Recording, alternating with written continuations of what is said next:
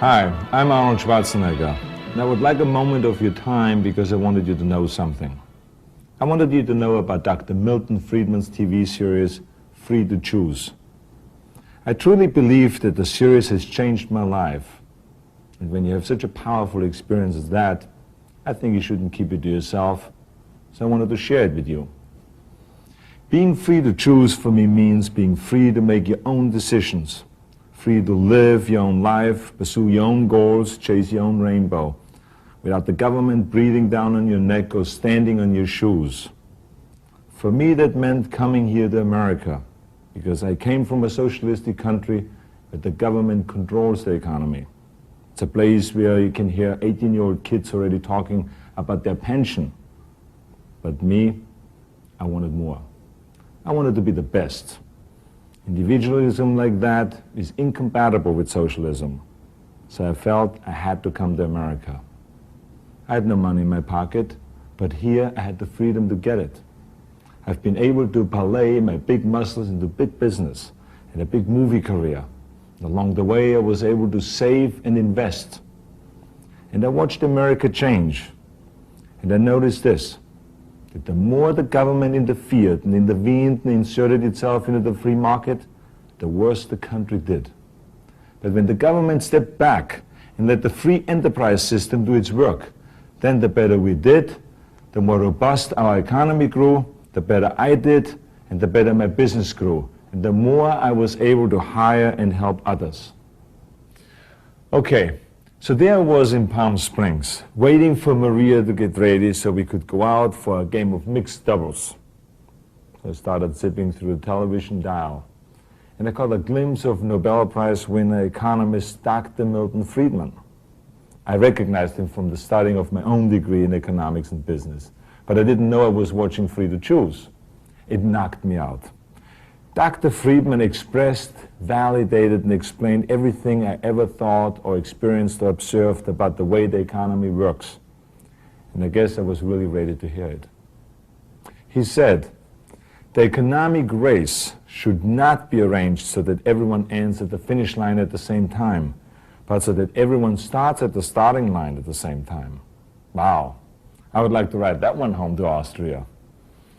He said, that society that puts equality before freedom winds up with neither. But that society puts freedom before equality will end up with a great measure of both. Boy, if I would have come up with that one myself, I maybe wouldn't have had to get into bodybuilding. When I did beef up my bodybuilding with business school, of course I studied what Thomas Jefferson believed, and what Adam Smith thought, and even what Milton Friedman had to say. But with Free to Choose, it all came together. Their economic thought with my own personal experience. In a way, I felt I'd come home. I sought out Dr. Friedman and had the great pleasure and privilege of meeting him and his economist wife, Rose. And we've all become friends, and now I call him Milton. And that became a big pain in the neck about Free to Choose. All my friends and acquaintances got the tapes and the books for Christmas after Christmas, all the way through the Reagan years when I was able to tell them all, you see, Milton is right. And I think it's crucial that we all keep moving in the same direction, away from socialism and towards greater freedom and opportunity. That's why I'm so excited that Milton Friedman is updating Free to Choose, bringing it into the 90s by discussing how to deal with the drug disaster, the Japan phenomenon, and of course, the miserable failure of communism. Oh, by the way, there are plans now to translate Free to Choose into the languages of the Soviet Union and Eastern Europe. And you know, they really need it to guide them through as they take the first walk into freedom. But we need it too. I recommend you the new TV series Free to Choose and encourage you to walk into the 21st century in freedom, in opportunity, and in success. With Dr. Milton Friedman. Thanks for listening. Human and political freedom has never existed and cannot exist without a large measure of economic freedom. Freedom is making choices. What's best for me? What do I want to do? We all want to be free to choose.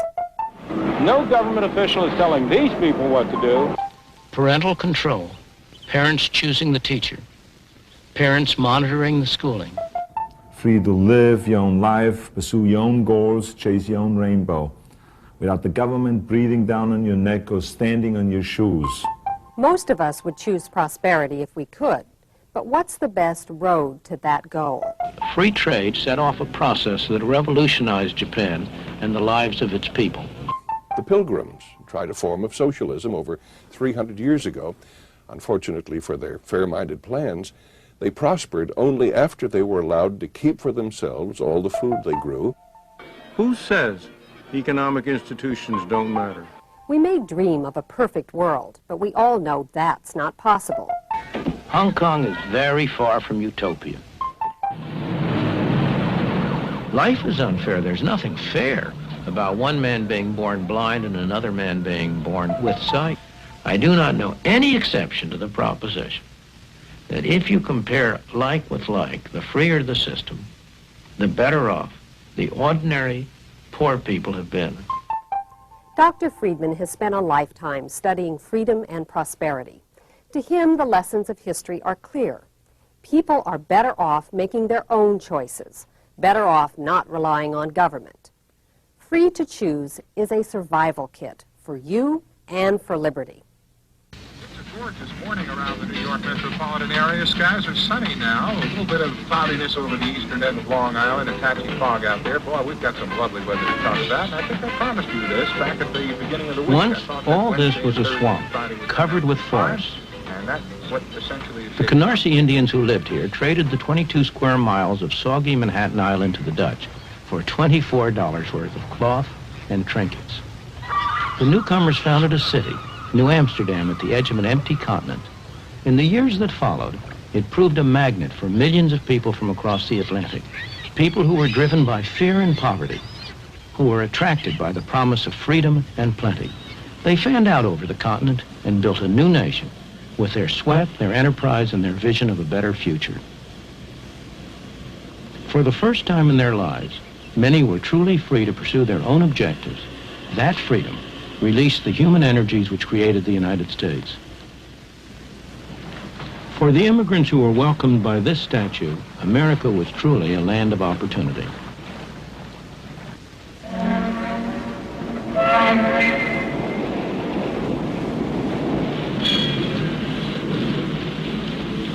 They poured ashore in their best clothes, eager and expectant, carrying what little they owned.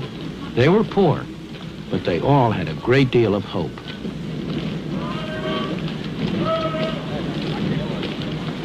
Once they arrived, they found, as my parents did, not an easy life, but a very hard life. But for many, there were friends and relatives to help them get started, to help them make a home, get a job, settle down in the new country.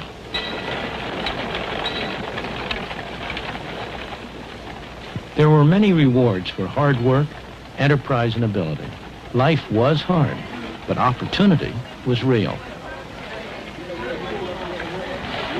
There were few government programs to turn to and nobody expected them. But also, there were few rules and regulations. There were no licenses, no permits, no red tape to restrict them.